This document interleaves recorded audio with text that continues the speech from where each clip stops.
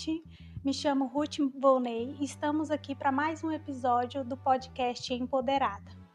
Hoje, dia 2 de abril, dia da conscientização do autismo, estamos aqui para falar com a doutora Meirielle.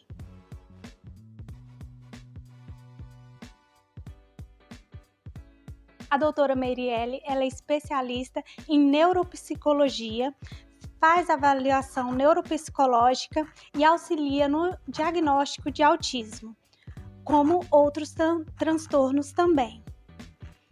Doutora Meirielle, eu recebi algumas perguntas de algumas mães, né? E a gente veio aqui para esclarecer um pouquinho sobre esse assunto, tá bom? Por que você decidiu trabalhar nessa área? O que te motivou? O que te levou a isso? Você tem algum parente, algum familiar, né? Ou foi a vontade mesmo, coisa da carreira? Bom, antes de mais nada, obrigado pelo convite, né? Espero poder contribuir com vocês aqui. Essa pergunta eu sempre, nas aulas que eu dou, né? Eu sou professora de neuropsicologia também, e eu sempre, quando vou explicar sobre a minha área, eu falo que eu fui encontrada pela neuropsicologia, não fui eu que fui atrás. Eu, quando me formei, alguns anos atrás aí, um pouquinho, né? Eu estava em outra abordagem, em outra área da psicologia, comecei a atuar e não estava feliz. Então, no meu primeiro ano de formação, eu já percebi que eu não queria fazer aquilo que eu estava fazendo. E fiquei me perguntando o que eu posso fazer. E um dia eu fui para um congresso, em 2010 eu fui em um congresso, e nesse congresso foi onde eu vi uma palestra sobre neuropsicologia no TDAH, que é o transtorno de atenção, de déficit de atenção e hiperatividade, né? E eu fiquei encantada com a neuropsicologia. Eu não tive essa matéria na minha faculdade e foi a primeira vez que eu ouvi e vi sobre essa área e me despertou um interesse muito grande em atuar nessa área e eu comecei a perceber a importância que a neuropsicologia, que a avaliação neuropsicológica teria na vida dos pacientes que eu estava atendendo ali. E eu comecei a ver que eu me encontrei em um lugar na psicologia. Então eu digo que, na verdade, eu fui achada, não fui eu que fui atrás, né? Não foi motivo de algum parente, né, de alguém da família, apesar de ter pessoas na família, inclusive com o transtorno, mas não foi essa a motivação. Então foi uma motivação, assim, eu acho que era para ser alguma coisa de Deus mesmo para minha vida, né? Que era o meu dom, o meu trabalho mesmo, para ajudar tantas famílias como eu faço até hoje. Muito bacana. Eu tenho algumas perguntas aqui da mãe Daniele, que mandou para a gente pelo direct do Instagram. Quais os primeiros sinais que a mãe pode ficar atenta ali, observando, para saber se ela precisa procurar um profissional para fazer uma avaliação do filho? Bom, a gente sempre fala que aos primeiros sinais, né, que a gente perceber que uma criança não está desenvolvendo como a gente espera, a gente já tem que procurar ajuda, né? Existe uma frase muito famosa nos pediatras que falam que cada criança tem o seu tempo. Ela é uma frase que não é totalmente correta, porque cada criança tem o seu tempo dentro de um desenvolvimento, né, esperado. Então, assim, uma criança, por exemplo, que tem atraso de fala, esse pode ser um dos sinais. A criança que não balbucia, que é a criança que... Ou então ela quando começa a falar, ela apresenta ecolalia, que é essa repetição logo depois de que alguém fala. Uma criança que não aponta, uma criança que não olha nos olhos da mãe, por exemplo. Então, a gente recomenda, né, o que a literatura recomenda é que a gente faça um diagnóstico após 18 meses. O mais seguro mesmo é após os 2 anos, mas a gente já tem sinais, né, de bebês pequenininhos, 6 meses, né? Alguns sinais que a gente tem que começar a ficar atento. Não quer dizer que um bebê que não aponta, que não olha para a mãe, não quer dizer que ele tem autismo. Mas são alguns sinais que a gente não espera que isso aconteça, né? Então, o bebê que não olha, então vamos pegar na fase dos 6 meses a 12 meses. O bebê não olha para a mãe, o bebê não aponta, o bebê não balbucia, né? Ele não tem aquelas repetições das sílabas, o da, babá, ele não tá fazendo isso nessa fase, isso não é natural de acontecer. O bebê já pode começar a apresentar, às vezes, aí nessa fase dos 12 meses, até inclusive alguns movimentos repetitivos ou estereotipados, o balançar a mãozinha, balançar o bracinho, girar em torno de si mesmo. Então, esse tipo de coisa começou a acontecer, podem ser alguns sinais para a gente ficar atento e buscar uma ajuda especializada, tá? Então, eu sempre falo, ao primeiro sinal, um desses pode ser, né, desses que eu falei, busque uma ajuda. Pode ser apenas um atraso de fala, um atraso de linguagem, não necessariamente autismo, mas a gente tem que ir observando. Não necessariamente a gente vai conseguir fechar um diagnóstico numa criança muito pequenininha, tá? Mas o que a gente faz? Começa uma intervenção. Se realmente for o autismo, a gente vai perceber ao longo da intervenção. Se não for, pode ser uma outra questão ali que, com uma intervenção feita com um profissional adequado, a gente vai descartar o transtorno e vai resolver a questão que está ali em atraso. Entendi. Algumas mães descreveram alguns acessos de nervosismo. Isso, algumas crises que elas não conseguem controlar, entendeu? Isso também pode ser um sinal? Pode ser. O autista, ele tem, né, a pessoa autista, ela tem uma questão de uma desregulação muito grande, que pode ser uma desregulação emocional. Então, às vezes, não conseguir lidar com algumas emoções mesmo, como a raiva, a frustração, a ansiedade, ou uma desregulação sensorial, inclusive, né? Que são os canais sensoriais que nós temos, a audição, a visão. Então, para algumas pessoas autistas, existem, aliás, para algumas não, todo autista tem alteração sensorial. Então, às vezes, um barulho muito alto, uma luz muito forte, pode ser o suficiente para aquilo ser tão agressivo para ele e ele se desregula. E aí a forma com que ele demonstra, muitas vezes, é diante de uma crise, porque ele não sabe como demonstrar isso de uma forma mais adequada. Isso é o que a terapia vai fazer. A terapia, por exemplo, com um profissional da terapia ocupacional que trabalha com integração sensorial, vai ensinar essa criança a se regular. Então, ao invés dela, por exemplo, ser agressiva num momento onde tem um barulho muito alto, ela vai aprender estratégias mais adequadas para que ela não seja agressiva. Então, que ela tenha, sei lá, que ela saia do recinto ou que ela use um tampão no ouvido num lugar muito barulhento para que ela não se desregule e acabe não tendo algum comportamento inadequado. Mas pode acontecer por uma desregulação, no caso, né, da pessoa autista, ou emocional ou sensorial na maioria das vezes. E qual o conselho que você dá para uma mãe assim que já teve, já observou alguns desses sintomas aí que você falou, mas ela assim fica com receio de procurar um médico especializado, com receio do preconceito, do que as pessoas vão falar, porque tem muito, né? Então, qual o conselho que você daria? Como eu falei, ao menor sinal a gente tem que procurar ajuda, porque assim, a gente também sabe que a intervenção precoce, ou seja, quanto antes a gente intervir, melhor é o prognóstico dessa criança, ou seja, mais chances dela melhorar. A gente sabe que não tem cura, ele não vai deixar de ser autista, mas a gente sabe que a gente pode minimizar muito os sintomas, né? Então, o conselho que eu dou é, você tem que olhar para o seu filho e pensar no futuro dele, né? Eu sei que infelizmente algumas pessoas, por ignorância, elas acabam rotulando, acabam tendo preconceitos, mas eu acho que isso que a gente está fazendo aqui é um dos trabalhos até para desmistificar tudo isso, né? A gente tem visto que a informação sobre autismo cada vez está sendo mais difundida, então isso ajuda também a tirar um pouco desse preconceito. Então, o meu conselho é, procure ajuda especializada o quanto antes, né? E quem seria essa ajuda? Geralmente a gente pede, em caso de crianças, para ir para o pediatra, que é a pessoa que já está acostumada com aquela criança desde que ele nasceu. Geralmente o próprio pediatra pode encaminhar para um neuropediatra, então um médico mais especializado em algum transtorno neurológico, né? E aí vem outros profissionais também para ajudar nessa avaliação, terapeuta ocupacional, fonoaudiólogo, psicopedagogo, psicólogo, dentro da psicologia o neuropsicólogo também. Então meu conselho é, olhe para o seu filho, pense nele, no futuro dele e busque ajuda assim que possível. Eu tenho uma dúvida aqui da mãe Lilian, que mandou pra gente, e a pergunta dela é a seguinte: quais os exames ou avaliações são feitos para confirmar o autismo? Ela ainda aborda aqui, ela ainda fala mais aqui.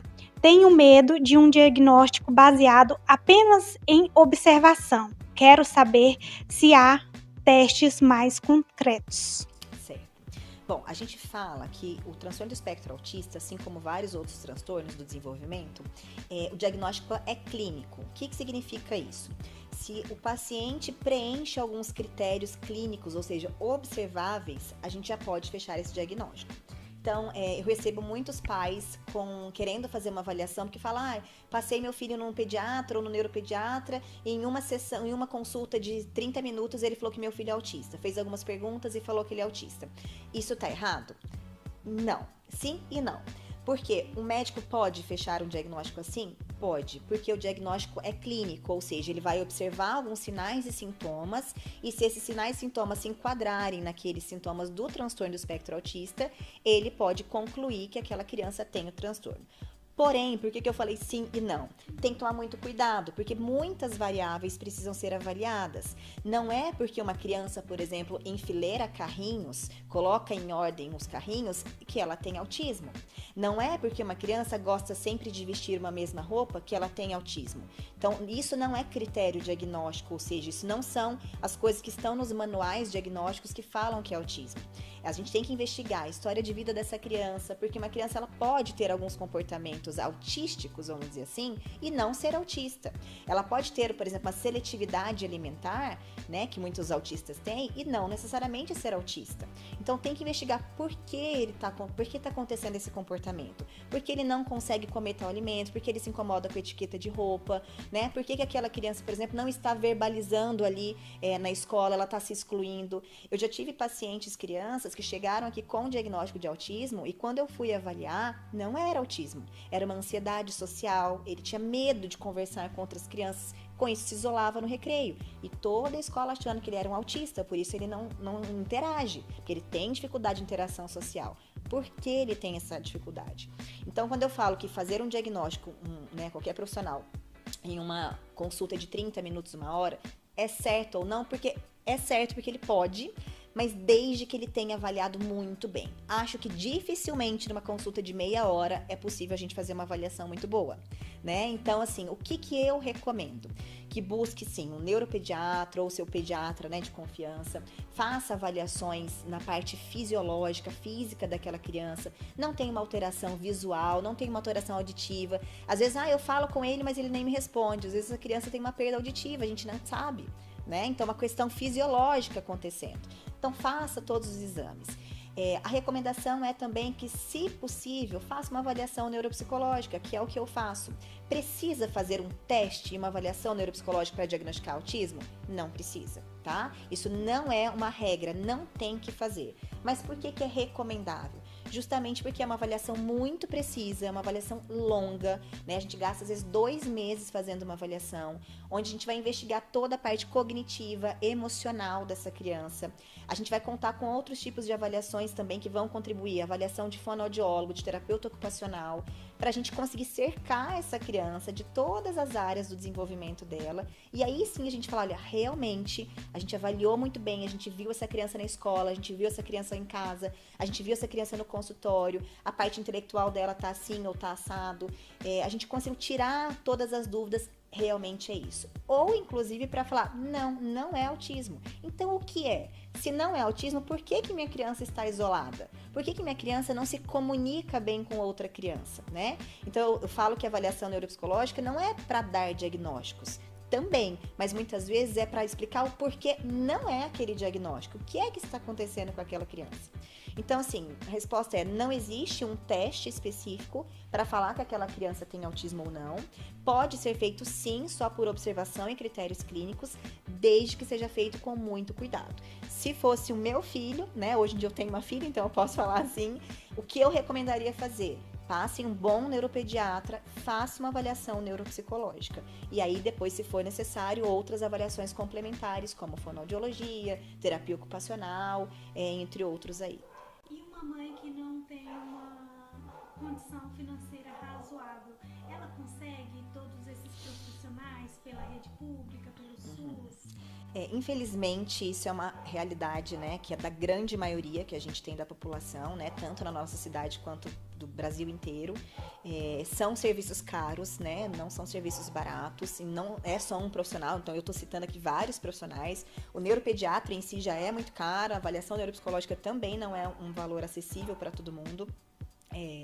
E aí tem formas de conseguir, sim, né, através de justiça, de assistência social da cidade, né, uma ajuda, né, muitas vezes, por meios legais. Não é fácil, não é rápido, é demorado, então eu já atendi muitas famílias que conseguiram na justiça que a prefeitura, por exemplo, pagasse as avaliações, né, os tratamentos, inclusive. Não é fácil, mas é possível de conseguir, tá? Então tem essa possibilidade, sim. Essa mesma mãe me relatou que a filha dela estudava em uma escola particular e ela não conseguiu um profissional para acompanhar a filha dela. Aí ela transferiu para a rede pública, só que na rede pública eles só ofereceram uma monitora e ela não queria uma monitora, ela queria um profissional adequado, um profissional de apoio adequado para atender a necessidade do filho dela, que é autista, né? E mesmo assim ela teve a proposta dela recusada e ela teve que procurar o conselho tutelar, o Ministério Público, para conseguir o profissional para acompanhar o filho dela. Profissional adequado, né? Esse é um outro problema que a gente tem. A gente fala, né, que a lei de inclusão, né, tanto para autista quanto para outros transtornos, ela é muito bonita no papel. A teoria é muito bonita mesmo. Se ela funcionasse, seria perfeita. Mas, infelizmente, a gente sabe que a gente está num sistema muito complicado. Então, não há verba para treinar profissionais adequados para estarem com essas crianças. Então, a rede pública ela tem a obrigação de ter esses profissionais, mas infelizmente esses profissionais não têm treinamento. Então, assim, defendendo até muitas vezes um pouco as escolas, né, que às vezes os pais vão muito contra a escola, e eu entendo também o lado deles, mas eu também entendo a escola, porque a escola às vezes tem que cumprir a lei de ter um profissional, mas ela não tem verba, por exemplo, para que esse profissional seja treinado. Vem um profissional contratado lá sem treinamento algum, e ele se torna, na verdade, um monitor. Ele senta do lado da criança e ajuda ela a fazer atividade. Ele não é preparado ou treinado para lidar com uma crise, para conter essa criança de uma forma adequada, caso precise, para pedagogicamente auxiliar essa criança que pode aprender de uma forma diferente. Ele não tem esse treinamento, né? Então isso vem desde lá de cima, na verdade, né? É um sistema muito maior do que o que a gente pensa. Então, infelizmente, isso é uma realidade. A gente tem muitos profissionais, sim, dentro das escolas, porém não qualificados para isso. Então, o correto seria o quê?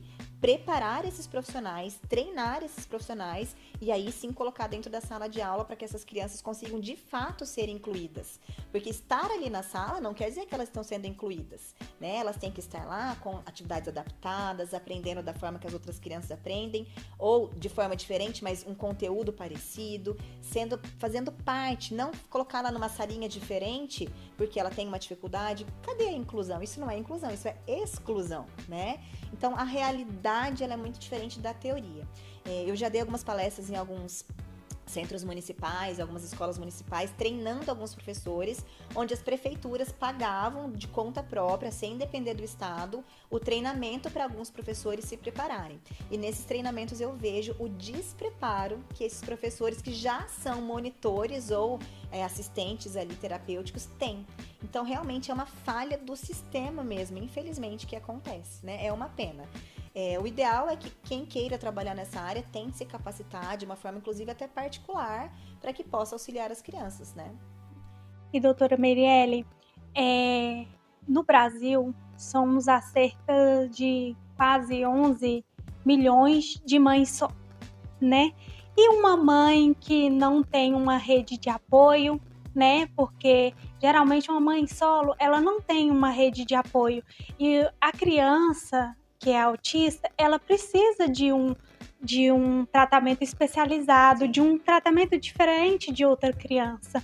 Assim, o que você pode aconselhar uma mãe dessa, dar algum auxílio, alguma indicação para ela entender, algum conselho para ela entender como tratar o filho, a maneira de tratar o filho?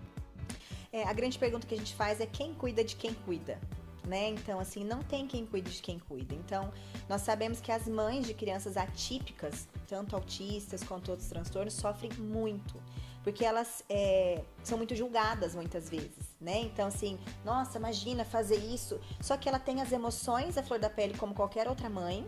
Ela tem o cansaço do dia a dia como qualquer outra mãe. E ela tem uma criança que demanda muito mais do que outra criança, né? Então, assim, é muito sofrido para uma mãe de uma criança atípica, ainda mais solo, sem uma rede de apoio. Quando que ela vai descansar? Porque com quem ela deixa essa criança, né? Quando que ela vai tomar um banho mais de 10 minutos? Com quem que ela deixa essa criança? Às vezes é uma criança que atenta contra a sua própria vida, dependendo do que ela faz ali, né? Os comportamentos dela podem ser tão, assim, disfuncionais, que é perigoso deixar essa criança sozinha 5 minutos mesmo, né? Ela necessita muito mais de atenção. Exatamente, ela precisa de carinho mesmo, ser cuidada, né? Infelizmente, a gente tem ainda essa visão de quando a gente vê uma criança mal comportada, a gente fala que falta de educação, essa mãe não faz alguma coisa. A gente tem um olhar muito julgador, só que a gente nunca para pra pensar por que será que ela não corrigiu, ou por que ela tá tentando corrigir, essa criança não tá respondendo. A gente tem uma tendência a julgar com muita facilidade, né? E, na verdade, eu acho que isso tem que começar das mães típicas, de olharem para essas mães e falarem: eu tenho uma criança que não tem uma dificuldade significativa, eu tenho uma rede de apoio e já é difícil. Imagina essa mãe, né? Então, esse olhar empático que a gente tem que ter. E o que eu falaria para essas mães é que, sim, pode parecer, mas elas não estão sozinhas. Então, existem outras mães passando a mesma coisa, né? Então, existem centros que podem acolher essas mães. Na internet, a gente vê alguns grupos, né? Se você até colocar no Google, grupos de crianças autistas, de mães atípicas, são grupos que podem estar ali, até na própria rede social, conversando, trocando experiências. Eu vejo, às vezes, no Instagram, algumas postagens, uma mãe posta uma coisa, a outra fala: o meu também é assim. Então, ela vê que ela não está sozinha, né? Não é só ela. Ela pode compartilhar. Eu sei que isso não é suficiente, né? O ideal seria que tivesse mesmo um apoio prático, efetivo para essa mãe, um centro terapêutico para essa mãe, para ela ter um espaço onde a criança fique com alguém e ela consiga, por exemplo, ali ter uma terapia para ela, né, uma psicóloga. Não é a realidade também, talvez é um serviço que tenha que ter, né, no serviço público e tudo mais. Então, assim, a minha fala é: você não está sozinha. Procure realmente outras mães que te entendam, ou profissionais até adequados que possam te entender. Se possível, faça terapia, que você precisa de um tempo para você falar das suas coisas, né? Se possível, nem sempre é possível, né? Infelizmente. Tem outra pergunta aqui de outra mãe dizendo: autismo significa que meu filho nunca vai falar, se socializar ou ter uma vida independente? Essa é uma das minhas maiores angústias. Preciso entender a possibilidade e o que esperar para o futuro dele. Tá. Autismo não significa isso, né? Não significa que seu filho nunca vai falar, nunca vai ser independente. Tudo depende de graus, né? Níveis, né, que a gente fala. Nós temos níveis de autismo, desde um nível mais leve a um nível mais grave. Obviamente, o nível mais grave a gente vai ter mais comprometimento, né? O nível mais grave significa maior dependência, significa um comprometimento significativo. Então, geralmente, são as crianças que realmente são não verbais, ou seja, elas não falam, não se comunicam pela fala. São crianças que realmente são muito dependentes e que talvez sempre vão ser dependentes mesmo, vão precisar de um auxílio, tá? Agora, níveis leve, por exemplo, são crianças verbais, crianças muitas vezes que podem até ter, muitas vezes não, né? Mas que podem até ter uma inteligência até acima do esperado, né? Que é o que a gente chamava antigamente do Asperger, né? Hoje em dia a gente não fala mais isso, mas são crianças que a gente chama antigamente de Asperger. E são crianças que podem trabalhar, né? No futuro, quando forem adultos, podem trabalhar, serem funcionais, desde que sejam trabalhados também. Então, infelizmente, existem níveis. O nível mais grave realmente é esse nível que talvez que essa mãezinha tenha essa preocupação, né? De que a criança vai ter mais dificuldade, mas ainda assim, mesmo no nível mais grave, a gente tem o que fazer. Existem formas de comunicação alternativa para uma criança que não é verbal, ela pode se comunicar de outra maneira. Então, as fonoaudiólogas fazem um trabalho maravilhoso com a comunicação alternativa. Então, de uma forma bem prática, usa muitas vezes de tablet para a criança ou a pessoa, né? Ela ir se comunicando o que ela quer, o que ela não quer. É uma maneira de se comunicar, porém não verbal, né? Mas é uma maneira de se comunicar. Então, assim, quanto mais grave é o nível, mais prejuízo vai ter, realmente. Mas se o nível for leve, moderado, a gente tem muitas coisas. Às vezes a gente convive com adultos autistas e a gente nem sabe que eles são autistas. E trabalham do nosso lado, né, convivem com a gente. Então isso não quer dizer que uma criança autista vai ter esse futuro aí de sem falar, sem ser independente, sem trabalhar. Não é assim. Tudo depende do nível que ela tá também, do transtorno e do tipo de intervenção que a gente faz também com essa pessoa. Muita coisa que dá para fazer. E doutora Meirelle, há um tempo atrás não se ouvia muito falar sobre autismo, né? E a gente tem uma dúvida assim, estão surgindo mais casos ou agora está tendo mais conhecimento sobre essa área? Sim, é bem isso, né? Antes tinha, só que a gente não sabia o nome, né? Meu filho tem um probleminha, ele tem uma dificuldade lá, mas a gente não sabe o nome. Hoje a gente sabe que chama autismo, né? Então, assim, está diagnosticando mais porque as pessoas estão buscando mais ajuda. Então, a gente vê adultos indo atrás, né? Porque começa a falar, nossa, mas eu era assim, eu percebo isso. Então, está surgindo mais diagnóstico e as pessoas estão indo mais atrás, buscando, né? A gente sabe que existe um nome. Mas também eu acredito, sim, que o nosso estilo de vida tem sido um estilo de vida que tem propiciado para algumas dificuldades aí, né? A gente sabe que é um transtorno que a gente nasce com, você não pega autismo, você não adquire autismo, você nasce com. E apesar, a gente não sabe a causa do autismo, a gente fala que é uma causa multifatorial, então várias coisas podem acontecer, não tem uma causa específica. E dentre as pesquisas que né, tem sobre o autismo, várias questões sobre o nosso estilo de vida, né? Até questão de poluição pode influenciar, enfim, agrotóxicos, várias pesquisas relacionadas a isso, mas isso não é uma causa única. Então a gente vê que existem várias causas que podem contribuir para um aumento de algum transtorno, como autismo, mas também sim, as pessoas estão buscando mais, né, um auxílio diagnóstico e onde esse diagnóstico tem sido feito, tá?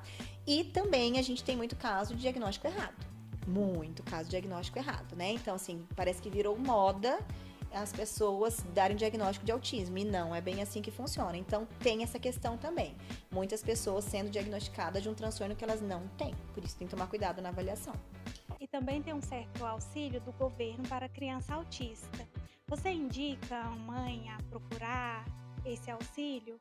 Sim, principalmente as mães que não têm muito recurso financeiro, né? Então, assim, a gente tem leis hoje em dia que amparam essa pessoa com o transtorno do espectro autista, com alguns benefícios, né, financeiros ou outros benefícios, e é direito, né? A lei, ela garante que essa pessoa tenha direito a vários benefícios ali. Então, a minha recomendação é que, principalmente aquelas mães, ou não, mesmo aquelas que têm a condição, na verdade, né, mas as que não têm, que precisam até muito mais, que elas busquem o seu direito para que aquela criança ou aquela pessoa tenha um direito ou que ela participe da sociedade assim como qualquer outra pessoa. Então, mãezinha, como a doutora Meirelle falou, você não está sozinha, tem uma rede de apoio, que nem ela falou, olhe para o seu filho, né? O filho é a coisa mais importante que a gente tem na vida, olhe para o seu filho, procure seus direitos, procure ajuda. E eu vou deixar aqui para a doutora Meirelle falar as redes sociais dela. Sigam ela nas redes sociais.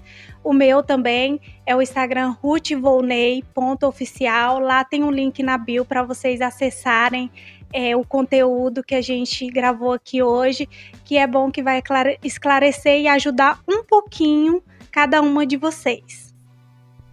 Meu Instagram é @marineuropsi, né? Então tem bastante conteúdo lá, bastante informação onde vocês podem acessar. Podem me mandar também mensagem no direct com alguma dúvida. E também eu aconselho, né? Eu trabalho numa clínica que se chama Interclinic. É uma clínica multidisciplinar. Nós somos vários profissionais da área da saúde e da educação. Trabalhamos muito com esse público, né? Tanto no diagnóstico, na intervenção. Então eu também aconselho, né? A vocês buscarem nas redes sociais Interclinic PA, _PA. E lá também tem bastante informação, bastante coisa importante, profissionais diferentes que podem auxiliar vocês também. Muito obrigada, doutora Meirelle, por nos receber aqui. Uma honra conhecê-la, uma profissional maravilhosa, viu? Obrigada. E até o próximo episódio do podcast Empoderada.